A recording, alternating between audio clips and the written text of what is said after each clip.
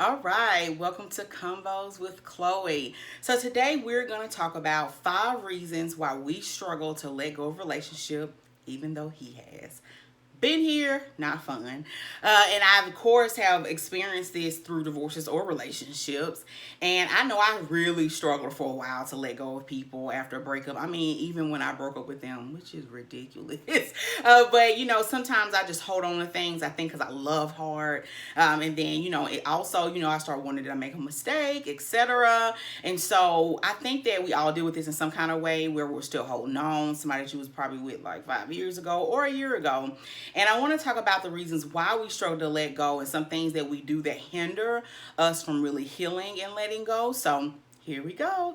Number one, focusing on your feelings versus theirs. This is what this looked like. I love him though so much. I need him. I just can't live my life without him. I just really love them and care about them. The problem isn't that you don't love them. The problem isn't that you don't care for them. That was never the problem. How do they feel? Like, instead of stopping for a sec, I want you to stop for a second and ask yourself, don't go over how you feel, that we are aware of that. You are aware of that. How does he feel? And I want you to think about like, oh, well, I don't know because, he says this, but what do you see? Does he call? Does he text? Does he try to take you out? Has he come back to you to let you know he's sorry for what he did? Does he really show you that you care? Now, I don't mean 11 o'clock text and he coming to your place. I'm not talking about, hey, what's up? Okay, I'm talking about how does he feel looking at what he's saying and also what he's doing. When we stop and focus on that part, that helps us to accept they are not in the same place we are. And it hurts, right? I talk about that a lot in my book, The Breakup, how a lot of the stuff we do is because we're trying to get in a place of denial and dealing with the situation. If you don't know about the 5 steps of grief, when you break up from a relationship, you go through the exact same thing. And I talk about that in there. And one of them is denial. So it's our way of denying the hurt, denying ourselves of how they really feel.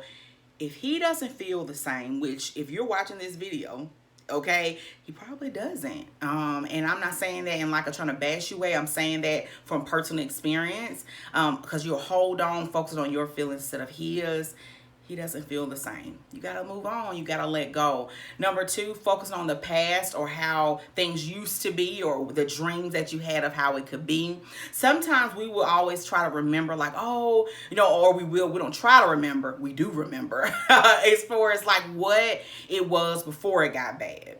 How he acted before he ended up talking to somebody else, what it was like when y'all first started dating. Oh, he was just so sweet and loving and caring, and right now he's just going through something. Denial.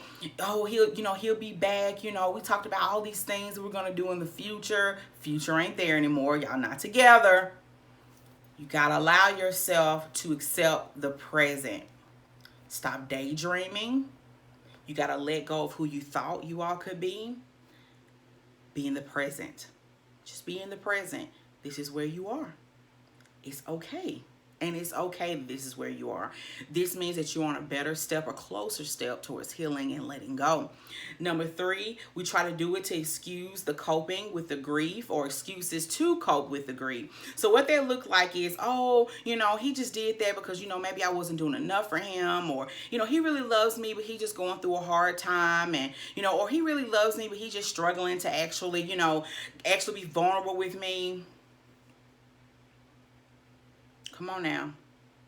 If he loves you, he loves you. I have seen guys go through hell on earth and they still calling that woman that they love. And usually when people going through things, they go towards the person that they love because they need that comfort. They need that from you. They want that communication. He isn't contacting you. Stop making excuses for why they treat you the way they do. One thing I had to learn about myself or learn for myself was, Chloe, stop making excuses as to why. Stop making excuses on why you think they're doing this or hoping that they'll change, or making excuses for the abuse, making excuses for the lack of care, empathy, spending time with you. Just focus on what is actually happening. You know what's actually happening? They're not there. They're not coming back to you right now. I mean, things change, but that's on you if you decide to wait or let go. I think it's best to always let go and move forward, because I do believe if something's for you, it will be there. But you got to stop making excuses so you can cope with this properly. Okay. Number 4, the fear of loneliness, idolization, and also being focused on our desires. So nothing wrong with that you want commitment. It's nothing wrong with that. God saw that Adam was lonely and he gave him Eve. But it becomes a problem when we idolize a relationship so much over God, to a point that we're trying to push this relationship, push this marriage. And then in other words, we're idolizing that. Anything that we want above God and his will and his plans, we're idolizing it. And then we end up pushing our desires. The main thing that you always want for your life is God's plan, because it's the best thing out of everything. And I had to realize that if God says that everything works out for my good, that means this breakup is going to work out for my good. That means that if this person's supposed to come back and they're a part of my life, nothing can thwart the plans of God. They'll be back. Don't try to force it, because God has a better plan for you. But if you try to push this over his, now, God isn't going to control you. He's not a puppet master, okay?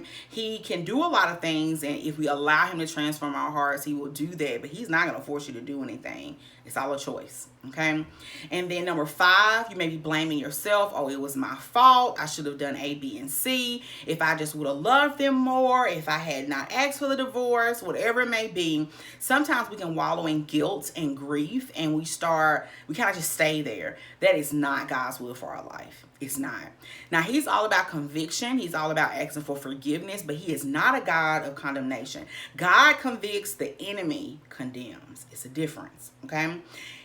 You should be going back as far as like asking God for forgiveness. You can also even reflect on yourself and what you need to change. Nothing wrong with that at all. But when you wallow in it, condemning yourself, blaming yourself, not good. Ask yourself what they did and you did. It was a relationship. It's always some form of contribution. Don't get me wrong. I've been in situations where I'm like, no, it was the person, okay? But even in the midst of that, like, just put yourself in reality mode. None of us are perfect. We have to stop putting ourselves on pedestals. Even if you did mess up, you got to just trust that, if they'll forgive, they'll, move forward and allow you all to reconcile. It's great. If not, that's okay too. Like, regardless, God is going to turn it around for your good. Don't become desperate of your life working out a certain way as if God can't change it. If God isn't powerful enough to make the situation better and bring you out better and a better person. And number 6, that goes along with the blaming yourself and just trying to force it to happen, is forcing your will over God's.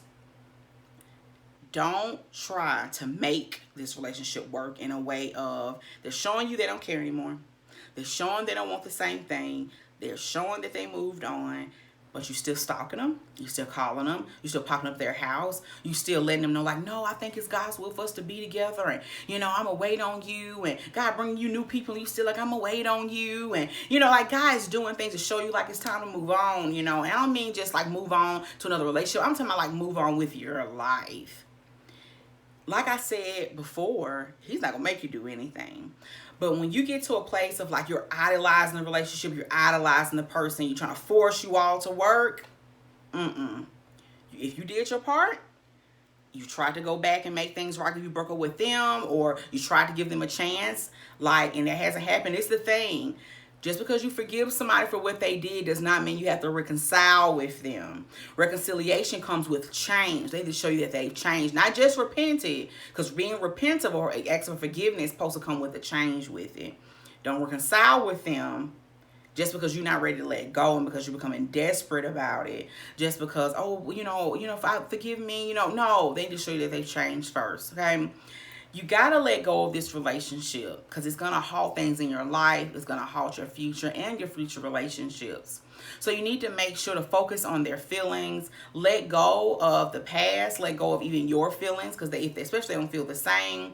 Making sure to stop daydreaming and focusing on the past and what y'all could have been. Don't use these things as excuses to cope with the grief and make excuses for them. Don't allow your fear of loneliness and idolization and desires get you back in those situations and not letting go. Don't blame yourself. Forgive yourself. God is all about that, grace and mercy, so you can have freedom. And don't try to force God's will don't try to force your will over God's will. I hope this helps you. I've been there. I think a lot of times we do this because it hurts and we want to be able to try to cope with it. I really suggest my book, The Breakup. I write these things really honestly because I want to help you, and I want you to go beyond just the videos and the tips, because I know it's a process and it takes healing. I always suggest counseling, therapy, resources. That's why I write books, so you have resources. Talking to somebody who's wise, okay, to allow you go through the process of healing and letting them go, okay? All right, until next time, God bless.